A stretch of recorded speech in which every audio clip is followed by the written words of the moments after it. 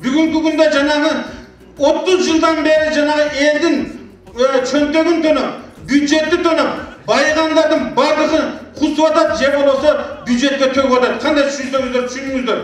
Бирок ошолордун бардыгы ошол жерде турат. Бүгүнкү күндө жанагы мурда эсиңиздерде болсо мына бүгүн тарых музейи ачылды. Ошо тарых музейинде bir кычкачты $600 сатышты беле. Апкелип $600. Bir жөнөкөй bir видео камераны $14,500 сатышты беле.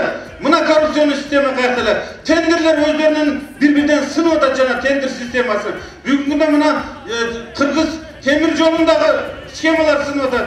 Министерство транспорттагылар сынып атат. Başka ministrlik ken baylıklardı 300 songa bir lisenziyan alıp alıp kelip bunu жерде çaykoçuluk kılıp 10 milyon 5 milyon dolarga satıp жүргөн жанагы коррупционерлердин бардыгы ордордуна түшүп атат бүгүнкү күндө. Бүгүнкү күндө бул нерселердин бардыгына бөгөт коюлат. Бүгүнкү күндө мына медицина тармагында Турцияда эгерде bir дары 100 сом турган болсо, бизде 1000 сом турат экен. Буну дагы мына мафияны жанагыны kolga düşürüştü. Alardın janagı Azerbaycan'ın eki jarаны eкен, alar özdөрүнчө milyarderler eкен. Alar ушул Kırgızстанга жалпы монополия болгон экен. Alar дагы бүгүнкү күндө мына түрмөгө отурушту. Эми мына дары дармектин дагы баасы түшөт, Кудай кааласа. Баасы түшөт. Кудай кааласа бул багытта дагы абдан катуу иштер жүрүп атат. Бул нерселерди, бул жүрүп аткан процесстерди мына сиздер бизге күч дем берип туруңуздар. Канатыбызга канат, мына колубуздан кармап тартып, эгерде бир жерде туруп калсак, түртүп жардам берип турсаңыздар, биз мамлекетти абдан бакубат, экономикасы зор мамлекетке айландырганга биз мына Кудай кааласа кепилдик беребиз, урматтуу туугандар. Өзбек болобу, кыргыз болобу, тажик болобу, уйгур болобу, дуңган болобу, ким болгон болсо мамлекетте мыйзамдын диктатурасы орнолот. Бүгүнкү күндө мына сен чоңдун баласы экенсиң, мурда байдын баласы кыйшык болсо дагы, өзү кыйшык болсо дагы байдын баласы сүйлөп турган мезгил болду да. Эми мындай болбойт. Эми Кудай кааласа министрине болобу, депутатына болобу, жөнөкөй мен деле мына Кара Суу районунун Жаңарык деген айылынан 11 үй бүлөнүн баласынын 6-сынымын. Мени атам дагы, апам дагы жөнөкөй үй бүлөдө, мындай дыйкан үй бүлөдө төрөлүп өсүп, мына сиздерге окшогон урматтуу аксакалдар, апалардын батасы менен бата менен эл көгөрөт, жаңгыр менен жер көгөрөт дегенде мен дагы ошол бийиктиктерге жетип отурам, урматтуу туугандар. Мен айылдын көйгөйүн абдан жакшы билем. Мен ойлойм мына Камил Айжекем дагы абдан жакшы билет. Биз экөөбүз тең мына жогорку кызматтарда иштеп калдык. Колубуздан келет, бул нерселердин баардыгын чечебиз. Тепкичтерди басып өткөн, тажрыйбалуу, билимдүү талапкерлер бар. Ошолордун ичинен Равшан Азатовичти айтар элем. Мына ал киши бир канча жылдан бери, мен ал кишини жакындан ошол 2010-жылдан бери парламенттеги 5-чакырылыштагы парламенттен бери билемин ал кишини. Мекенчилдигинде чек жок. Патриот десең патриот, билимдүү, тажрыйбалуу, мына бир канча чоң кызматтарды аркалап келди. Анан мына өзү дагы ошол ар бир райондун көйгөйүн жакшы билет, жакындан билет. Элге өтө жакын киши. 30 000 сом алып иштеген сот эч качан мамлекеттин тагдырын туура чечет, элдин тагдырын туура чечет деп эч ким кепилдик бербейт.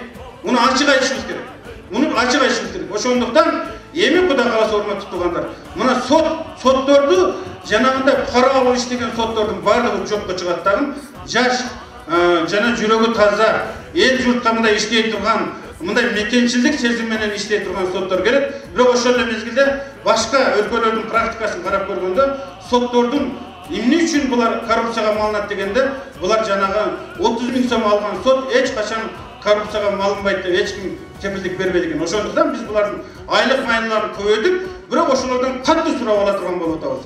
Ревизия кыла турган болуп атабыз. Бир жыл карадыбы 20 жылда. 20-жылдын башынан аягына чейин комиссия карап чыгат. Туура чечимдер чыктыбы же чыкпадыбы? Ошонун негизинде Кудай кааласа баардыгы ордуна түшөт, Кудай кааласа. Мыйзам баардыгына бирдей болот, урматтуу туугандар.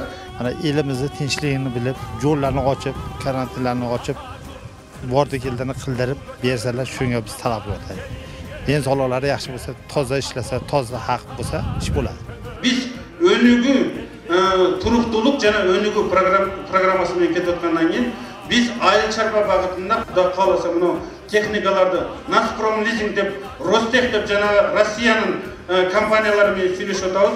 Булар Кудай кааласа 10 жылга 15 жылга лизинг менен бере турган болуп атат техникаларды. 1,5%dan bere turgan boladi. Bul abdan jakşı payız. Kuda kalasa ayıl jerge özge dagın bu programmalarda biz jayıltabız, kengiri jayıltabız. Bu kişini köpten beri biliyoruz. Bu kişi deputat bolganda da, premier ministerlik zam bolganda da büt yoluşup жүрgөнбүз. Bu kişinin kökürögü taptaza. Hiç kanday rengenin keregi yok. Jön ele süйлöşkön kişi bu kişinin içinin taptaza ekeni görünüp turат. Эми урматтуу туугандар, Кудай кааласа, 22 жылкыга биз гос пособияларды 100%га көтөрөбүз деп пландаштырып койдук. Пенсия пособиялары көтөрүлөт. Мына врачтардын, мугалимдердин, мунугу жанагы юристтердин, муну жерде бардык мунугу айыл жергесиндеги тургундардын айлык майыналары бардык көтөрүлөт. Эмнеге дегенде биз финансы булактарын таптык. Кайсы жерден алышты таптык. 22 жылы бюджетті Кудай қаласа 2 есеге көтөрөбүз деген биздин мындай асыл ниеттерибиз бар. Муну чын жүрөктөн айтып атам Кудай қаласа. Эмнеге дегенде мамлекетти 30 жылдан бери тоноп, талап, жанагы чирип, тизесине отуруп калган мамлекетти бүгүнкү күндө мына биздин команданын балдары тизеден тургузуп көтөрүп кетип атат. Буга мына өзүңүздөр эл журт жардам берип атасыздар. Сиздердин мына колдоп турганыңыздар бизге күчүбүзгө күч, демибизге дем, канатыбызга канат болуп турат. Урматтуу туугандар, эми келип туруп жанага айтып бирөөнү мазактап коюш тез эле.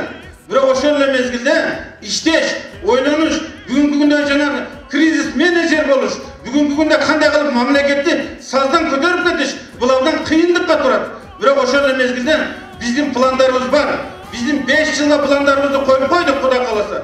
Oşonu menен kete turgan bolsok, biz meditsina tarmağından, ayıl çarma bagытында dagın, kembaylıklarda dagın, energetika tarmağında mına бүгүнкү күндө 260 mini-гэстин проектин дайдап koyduk. Бүгүнкү күндө мамлекетте инвесторларды тартып Koynun aç, benim gönül, ösüşkön yoldu bas, özegün kulun ay, ülke